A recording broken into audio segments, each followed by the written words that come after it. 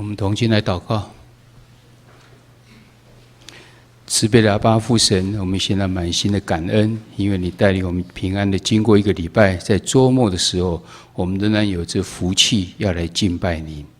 在约略2000年前，主耶稣，你为了我们世人的罪，你道成肉身，你降世成为人，不是要享受荣华富贵，而是为了世人要受难，甚至流宝血，最后钉十字架。你的死救赎了我们的罪。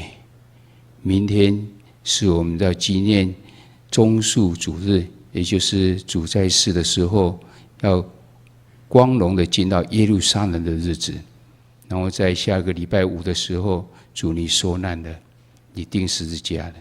到主日的时候，你又复活了，你战胜了死亡的权势。也因为这样，我们这些罪人的罪才得到赦免，也重新有了永生的盼望。我们在纪念这日子的时候，刚好也是我们的民族节期，是清明节。我们也借着要追思我们的祖宗，我们要从我们圣经中间来学习。主，你是教导我们乃是一个孝顺的人。我们的孝顺应该追溯到主，你是我们创造宇宙万物的主，我们的生命都是你创造的。让我们如何能够明白这真理？求主你开我们的心眼，赏赐我们每个人有谦卑、敬虔、顺服的心，要来领受；赏赐我们有属灵的智慧，让我们能够明白。我们这样祷告，奉告主耶稣基督的名求，阿们。有见证分享吗？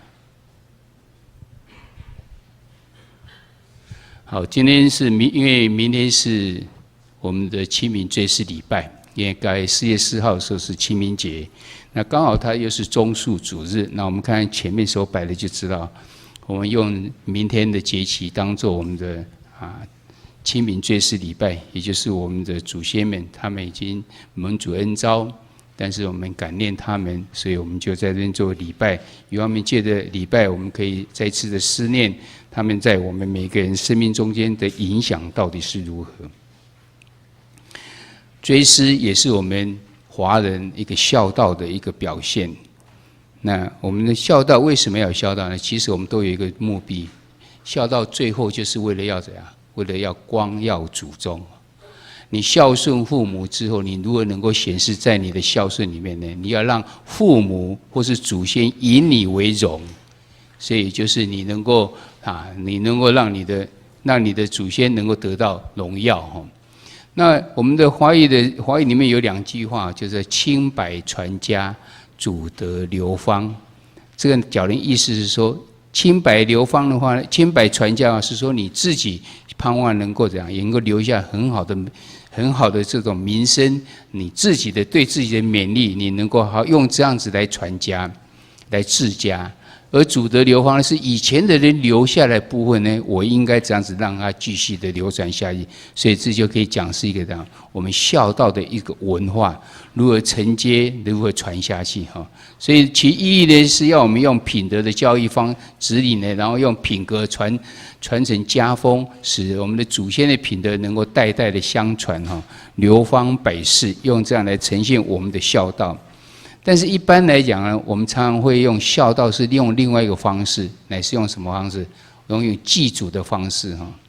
我们觉得我们去拜祖先才算是一个孝道，其实原来用孝道的意义是应该清白传家，祖德流芳哈，是注重你的一个很好的品德的流传下去哈。这样的话，你才是一个孝道的表现了，而不是你去拜他。你平常都没有很好的去将你祖先的好的品德好好的流传下去，只有在他已经过世之后，你才去拜他。这样的话，我相信不是真正的孝道，而是应该在我们还活的时候呢，能够将祖先的一些好的品德能够流传下去，而且自己也尽了责任，要有清白的传家哈。所以这是让我们知道呢，我们应该要怎样才是真正的孝道，并不是只有祭祖才是。但是这个有一个问题存在，我们要如何才算是清白传家呢？怎样才是祖德流芳呢？我想重点就是说，你要流传的品德到底是什么？你祖先要你去流传的品德是什么？你知道吗？是好的还是坏的？但是哪一样东西可以流芳百世呢？你到底要做到怎样的情形，才能够代代相传，流芳百世？我不知道你们每一个人心中知道你的阿公阿嬷他们有什么教训家训留下来吗？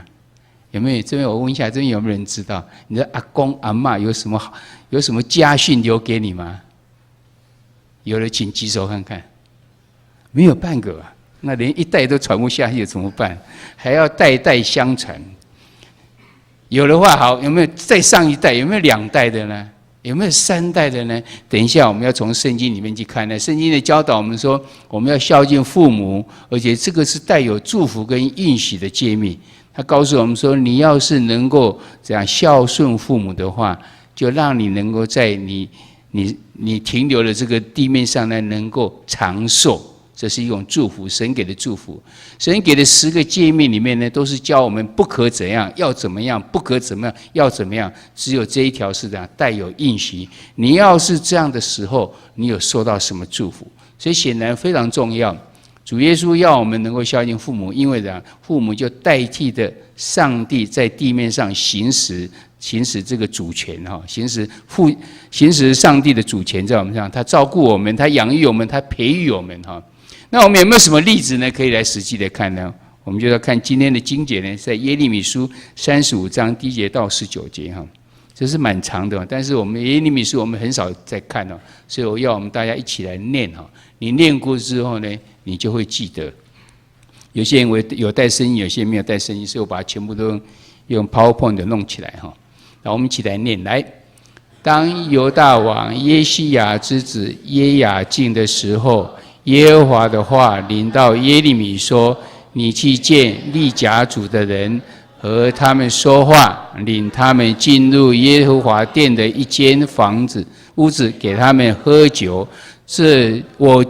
我就将哈巴西尼亚的孙子亚利儿子亚散尼亚和他弟兄，并他众子以及利甲全族的人，领到耶和华的殿，进入神人伊基大利的儿子哈难种植的屋子。那屋子在首领的屋子旁边，在沙伦之子帕马西亚屋子以上。于是我在利甲主人面前设摆宴满酒的碗和杯，对他们说：请你们喝酒。他们却说：我们不喝酒，因为我们先祖利甲的儿子耶拿达曾吩咐我们说：你们与你们子孙永不可喝酒，也不可盖房、撒种、栽种葡萄园，但一生的年日要住帐篷，使你们的日子在你寄居之地得以延长。凡我们主利甲的儿子约拿达所吩咐我们的话，我们都听从了。我们和我们的妻子儿女一生的年日都不喝酒，也不盖房居住，也没有葡萄园、田地和种子，但住帐篷，听着我们主耶拿达的话，照他吩咐我们的去行。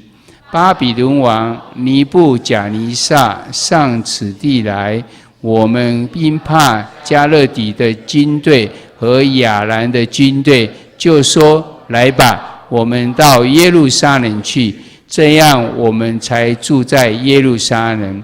耶和华的话临到耶利米说：万军之耶和华以色列的神如此说：你去对犹大人和耶路撒冷的居民说：耶和华说，你们不受教训，不听从我的话吗？利甲的儿子耶拿达所吩咐他子孙不可喝酒的话，他们已经遵守，直到今日也不喝酒，因他们听从先祖的吩咐。我从早起来警戒你们，你们却不听从我。我从早起来差遣我的仆人众先知去，说：你们个人当回头，离开恶道，改正行为，不随从侍奉别神，就必住在我所赐给你们和你们列祖的地上。只是你们没有听从我，也没有侧耳而听。利甲的儿子耶拿达的子孙能遵守先人所吩咐他们的命，这百姓却没有听从我。因此耶和华万军之神以色列的神如此说：我要使我说的一切灾祸临到犹大人和耶路撒冷的一切居民，因为我对他们说话，他们没有听从，他们没有答应。耶利米对利甲族的人说：万军之耶和华以色列的神如此说：因你们听从你们先祖耶拿达的吩咐，谨守他的一切诫命，所吩咐你们的去行，所以万军之耶和华以色列的神如此说：利甲的儿子耶拿达永侍立在我面前。以上，这是我们的经节。耶利米书我们很少去念它，然后它记载的一件事情，而这件事情里面讲了一个是基尼人的利甲族。那基尼人利甲族到底跟以色列人或是跟我们有什么关系呢？我们要看是今天所记载利甲族里面呢，他们怎样去主得流芳。第一，我们先看利甲族跟以色列人他的情谊到底是怎样。在历代志上第2章55节的地方记载的说，利甲族是基尼人的后代。那基尼人跟我们到底又有什么关系呢？原来基尼人呢，他摩西的内兄，其实有一本我们和合本是翻译为内兄，后来的翻译本都称为是岳父哈，也就是摩西的岳父呢，他就是基尼人族哈，基尼的族人。那同时也记载了，在士师记载说，他们的子孙呢跟以色列人住在一起了哈。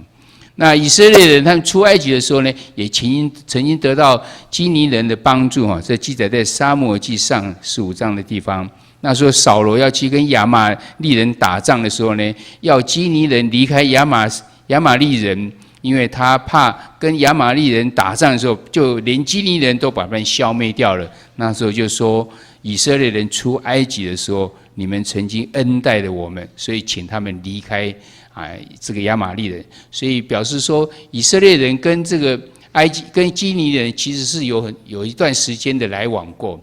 最后我们看在士师记第4章17节到22节，他们讲了一个故事。那个故事是说，当他们没有祭司有士师的时候呢，有一个叫做底波拉，她当士师的时候是一个女人哈。那时候有一个迦南王，他们去攻打了以色列人。那时候的将军呢叫西西拉，没有想到这个神呢，他眷顾了以色列人呢，就让这个迦南王他们的军队打败他们的将军呢，西西拉就逃跑了，跑到一个地方去呢，那个人就是叫雅意，一个女勇士，一个女妇人哈，就是叫雅意。她跑到那个地方去呢，因为他们国家跟他们这个族里面呢有和好之约在，所以他就觉得不怕，就去找这个雅意说：我很累，我想在这边休息。那雅意也带他到帐篷里面，就说你在这边休息吧。他也甚至就喝了水，要了水，然后就倒下去睡了。然后他还要睡之前，还跟雅意讲：你到门口看看哦，有敌人来的时候记得叫我哦。他说好。然后他睡着的时候呢，雅意呢就拿了那个帐篷不是在固定帐篷都有一个尖尖的那个叫橛子哈，就拿那一只这样进去，将这个西西拉这样从这个太阳穴的地方把它钉下去，钉在他地上哈，然后就去跟这个以色列人讲，那个追赶他人说，你要找的人就在这边。而那个雅意的丈夫呢，就是希尼人哈，所以这只是要告诉我们，在圣经里面曾经提到利甲族的时候，讲他是希尼人的这种后代。那希尼人呢，跟以色列人呢有很深的关系在，他们看这样有很多的这种，从早就已经有互相联络在哈。好，那我们今天看的经节里面，刚好是耶和华神要对利甲族人的一个测验。怎么测验他呢？测试他们讲说，叫耶利米这个先知呢，请利甲族的人到他一个圣殿的一个房屋里面，然后摆设的一些酒啦，那东西要请他们吃。没有想到他们跟他的回答是什么？记载在耶利米记35章第6节到第7节说：“我们不喝酒，因为我们的先祖利甲的儿子耶拿达曾吩咐我们，我们不可喝酒，我们也不可盖房子，也不可撒种，也不可有栽种葡萄园，而且要住在帐篷里面。”就一直是这样，看起来好像没有什么稀奇。但是你知道利甲族的儿子耶拿达距离他们多久吗？他们这段时间呢，假如有去查圣经去看的时候呢，可以看到利甲的儿子耶拿达，他出生的时候呢，是在亚哈做以色列王的时候，距离这段时间呢是约略250年。这记载在列王记下第10章第15节。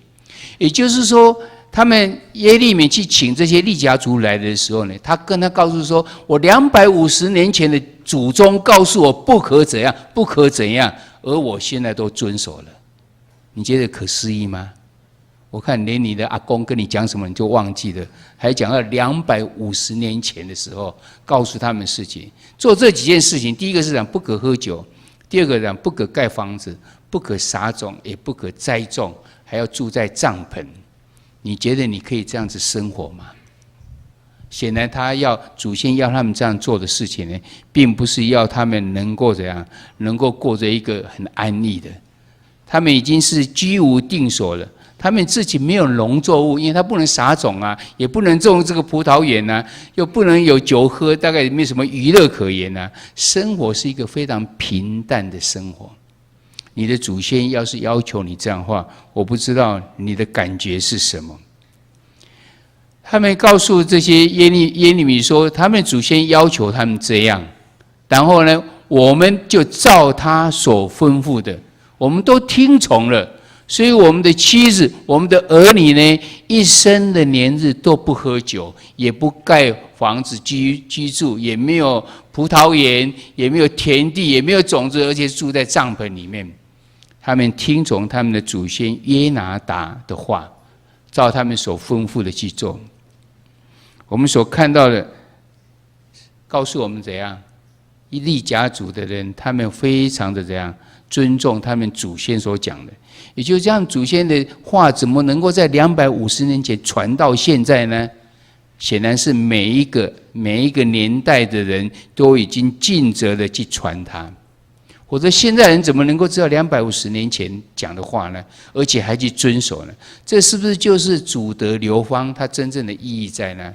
他怎样子呢？他要将祖先所留下来的这些余训怎样好好的去做，因为它是好的，好的我们才叫做流芳嘛。要不是好的话，它就不是流芳了哈。那如何能够将你这祖先所交代的事情能够留这样下来呢？所以我们来看看它祖德流芳它真正的意义到底是什么。所以我们看到紧接着他们这样做之后呢，他们已经通过神的测试的时候，神就回来告诉耶利米，要他去警告以色列的百姓。怎么警告他呢？在耶利米书35章14节，我们刚刚都读过，说的利甲的子孙已经遵守不喝酒的祖训，直到今日也不喝酒，因为他们听从先祖的吩咐。但是我从早就警戒你们，你们却不听从我。耶和华神是借着利甲族，他们没有受到诱惑，因为他们遵守250年前的祖先的话呢，来勉励甚至来执行以色列人。为什么呢？神甚至继续感慨的说怎样，利甲的儿子约拿达的子孙能够遵守先人所吩咐他们的命，这百姓却没有听从我。你能不能感受到耶和华神的那种悲哀的悲伤，非常的感慨？你看这个族的人，他们250年前祖先讲的话，他们都遵守了。何况我们还没有看到约拿达到底有怎样子的，有什么权柄，有什么神的什么行迹在利甲族的身上，圣经里面没有提到。他只是交代他们不可这样而已。但是耶和华神，他帮助的以色列人出埃及，过红海，在沙漠中间40年，不用耕种都能够吃饭，都能够活得很好。这个神迹没有一个人做得到，只有神做得到。但是神坐在他们身上的时候，竟然得到的是这样：不听从，忘了神所告诉他们应该是怎样。所以我们可以看到呢，神的心意原来是要怎样。所以我从早就已经差遣我的仆人先知去跟你们讲，你们要回头啊，不应该继续要离开这恶道，要改正你的行为啊，不要去拜别的神啊。我就赐福在你们身上，还是有应许的，还是有条件要给他们。但是我们看见他们百姓竟然是怎样，竟然是没有听从神，也没有侧耳而听。你可以看到耶和华神讲这句话的时候，他是多么的伤心，他是多么的感慨。我这样子的对你们好，而你们竟然是这样。你们不是应该要听从祖先的话吗？你们不是应该要纪念祖宗所留下来这美好的品德吗？所以我们来看呢，真正的祖德流芳应该是要怎样？应该是要透过你成为敬畏神、听从神诫命的人，流传创造宇宙万物的神的教导，而不是依自己的选择。显然以色列人他们没有听从耶和华神所讲，他们就是依靠自己的选择。神要他们不能拜偶像，要离开这些不好的行为，但是他们没有遵行，他们依照自己的意识去拜了偶像，去行了神眼中看为不好的。我想这就回到我们来思考我们自己，你觉得你的价值观是什么？你在地面上我们要追求是什么？大概我们还在学生的时候，我们大概想说，我能够把这个学业功课能够写好，我应付的是段考，我应付的是个什么学测还是什么，反正就是一层一层的这样子而已。我想在阶段性是这样，但是你有想过，你真正神创造你活在地面上，到底是为了什么吗？你的价值观到底是如何？你假定是为了非常短期之间的这种享乐的话，你可能就会照着你的意识去行，你可能就是开始是享乐，你有可能就是随心所欲，只要我喜欢，有什么不可以？你可能会是这样子，但是你的价值观到底是如何呢？你的价值观是要赚大钱、做大官吗？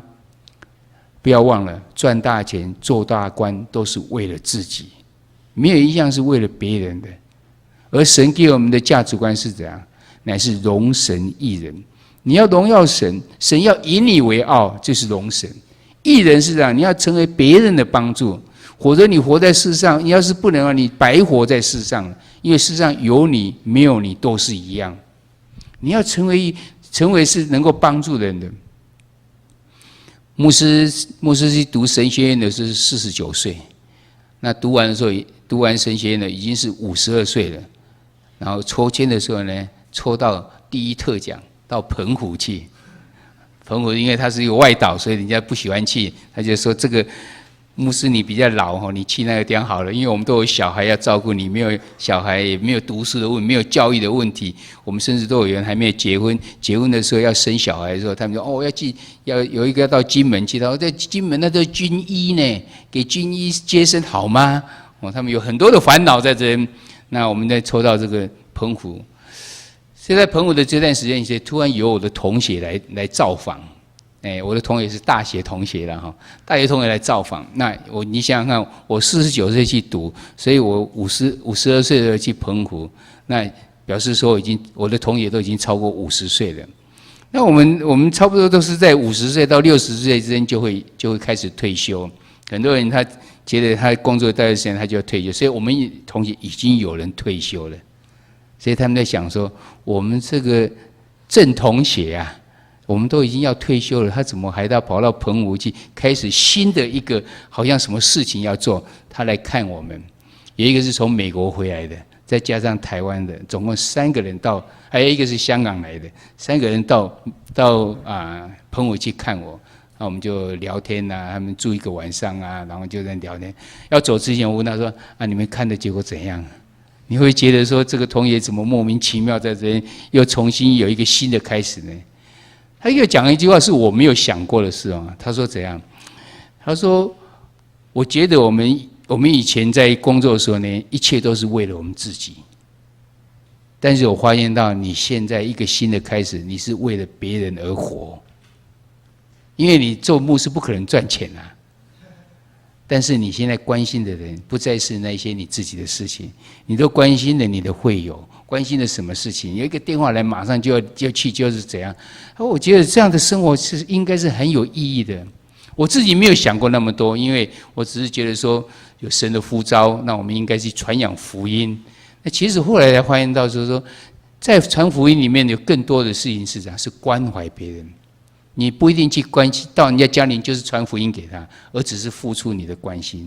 他有什么需要，我们就去帮助他。特别是常常为他们祷告，将神的平安、神的喜乐，让他们可以去领受到。你的价值观是什么？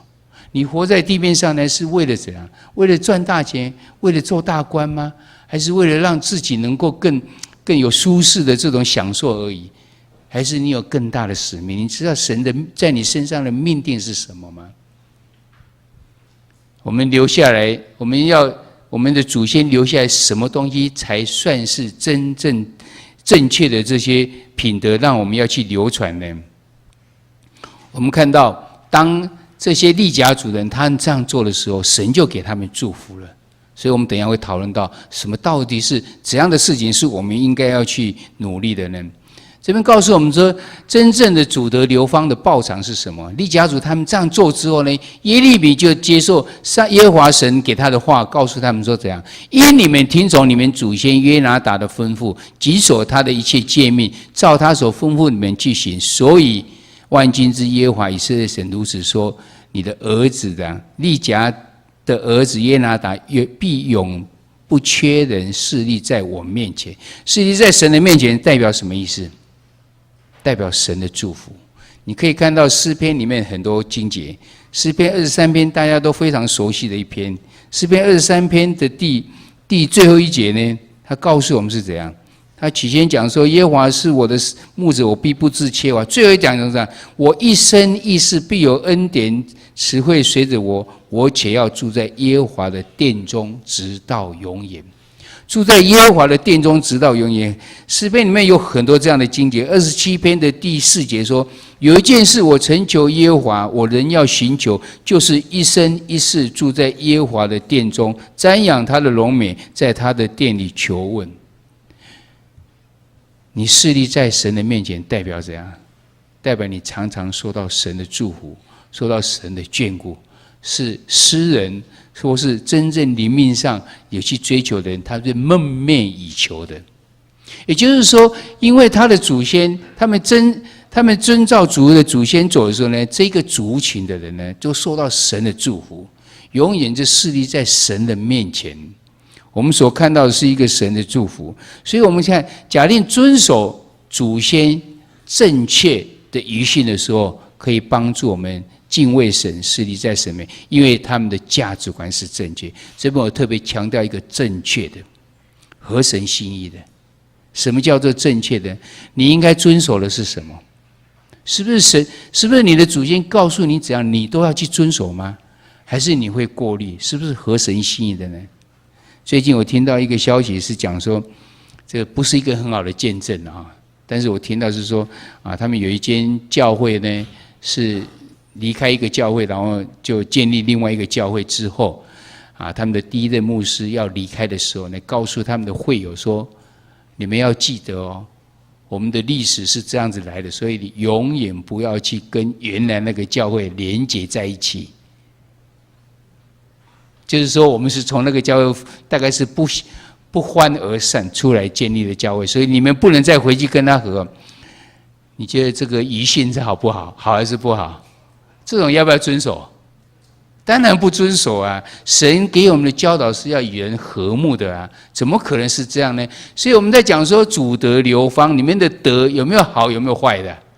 当然是有好有坏的啊！所以我这边告诉大家是这样：你要遵守祖先讲正确的遗训，那个主德呢，是合神心意的德，而不是随便他告诉我是怎样就怎样。所以我们常常很遗憾的怎样，听到说我们去跟人家传福音的时候，他说对不起哦，不行，因为怎样？因为我们的祖先告诉我们怎样，我们就没有办法怎样。连他是觉得他是你们的信仰真的是很好，但是因为我们的祖先怎样子，他没有办法去突破那一方面。祖先给我们的品德是好的，是一个很好的教训。叫遗训的话，我们当然应该去遵守它，因为神会祝福在身上。但是什么才是好，什么才是不好呢？我们最好的标准就是说，我们是不是合神心意？什么叫合神心意呢？圣经所教导的有没有一样？跟圣经教导的呢，就是合神心意。我们最近在看每日研经释义的时候，正好看到最近都是看约翰福音。所以约翰福音一开始就告诉我们说，是起太初有道，然后道与神同在，而这个道最后怎样？道成肉身。道的英文就是怎样？就是 word 里面就是话语，也就是上帝的话语是怎样？就是主耶稣。所以你要是常常看这个圣经的时候，你就常常跟耶稣在一起，耶稣就跟你同在一起，你的思想一定会受到改变。那么你所想的呢，应该就会合神的心意。这其实就是告诉我们，你能不能知道神的心意到底是什么？你当然能够知道，只是我们人常常不愿意去思考这部分，常常就忘了它。所以在清明节要到的时候呢，我问了几个问题。第一个，你如何要过清明节呢？我相信我们每一个人一定会过这个节日，你的父母会带你去做一些有关清明节思念、追思我们祖先的事情。最简单的一个就是到墓里面去扫墓，然后去把他的墓整理得干净，然后带一本花去，然后献在在上面。很多人就是只有这样子而已。但是更有意义的是怎样？你做父母的应该将祖先有流传什么东西要我们去遵守的，或者他的一些事迹来告诉我们。我们没有看过看过阿公阿祖，我们没有看过，但是呢，我们至少可以从我们的爸爸妈妈他们会告诉我们是什么。你的清明节你到底要如何的过呢？因为没有人告诉你，所以你自然就不知道你祖先正确的品德到底是什么。你怎么能够代代的相传呢？我相信那一部分是属于我们父母的事情，但是你们每一个人在场，每一个人都会成为那一位一家之主，或是成为帮助一家之主的人呢，你就应该会注意到有关你要流传什么下去呢？你看第二个问题就告诉我们说，作为一家之主的人，我们要将祖先他正确的品德把它列出来，然后我们在清明的时候，我们在扫墓的时候，我们在追思的时候呢，我们要告诉我们的祖先，我们要勉励他们，然后去遵守，因为他这是好的品德，所以我们应该去遵守。就像这个利甲族的人，他们说我们的祖先约拿达250年前所讲的话，我们到现在都还在遵守。我们可以这样子吗？要是有人流传下来，我们大概比较可以。但是我们要是常常有自己的意识非常的强的时候呢，我们也有可能没有办法。后现代主义就常常造成我们有这方面的困扰。每一个人都有自己的思想，彼此之间不能批判，都互相尊重，那世界上就成为没有真理可言了。因为每一样事情都可以啊，这是一个很危险的这种，你的人权越高涨于神权的时候呢，这些问题就继续的发生。其实我们现在是一个非常危险的时代，这些时代都要靠在场的我们每各位，你们都还年轻，你们会走过这一段，而且这一段里面呢，又靠你们要来纠正它才对。世界上绝对有真理在的，不是你喜欢就好，不是我喜欢就好，一定有对错，不是只有立场就好。什么是真理？只有上帝的话语才是真理，所有的都是这样，都是相对的，只有神才是一个绝对。所以这人告诉我们说，你如何能够将你的祖先，你在清明节的时候，你要追思他们，怎么去追思他呢？你知道他们流传了什么吗？我们要是一家之主了，我们就应该认真去思考，原来我们的阿公阿嬷，我们的祖先阿祖他们到底讲过什么，他们流传什么，他怎样成为我在生活上，我的整个的帮助是什么？这些是很好。所以在清明节的时候，我要告诉我的子孙、我的孩子里面，曾经有这些事情，是我们应该好好遵守。就像利甲族的人一样，250年前，约拿达他所教导的事情，我们到现在还在遵守。不是那个享受荣华富贵的教导，是过一个清淡淡的生活。你不能栽种，你也不能去住在房子里面，你要住在帐篷里面。住帐篷不是那么舒服的，冬天很冷，夏天很热，还没有安全感，没有那种舒适的，大概一定没有办法插电，什么有关电的东西通通没有了。那种清淡的生活能够持守250年，绝对不是随着自己的意识，而是一个顺服的心愿意。你要是没有这样子一代一代的去教导，你就没有办法去遵守。所以我们盼望我们每一个人，自己是一家之主，我们就这么做；不是一家之主，以后会轮到你的，你也应该去注意这个事情。如何能够在我们每年的清明节追思的时候是有意义的追思，而不是过一个好像只放假一天的意思。你对你的祖孙，你对你的子孙呢，要有所交代。你要建立什么祖德，让他们去流传呢？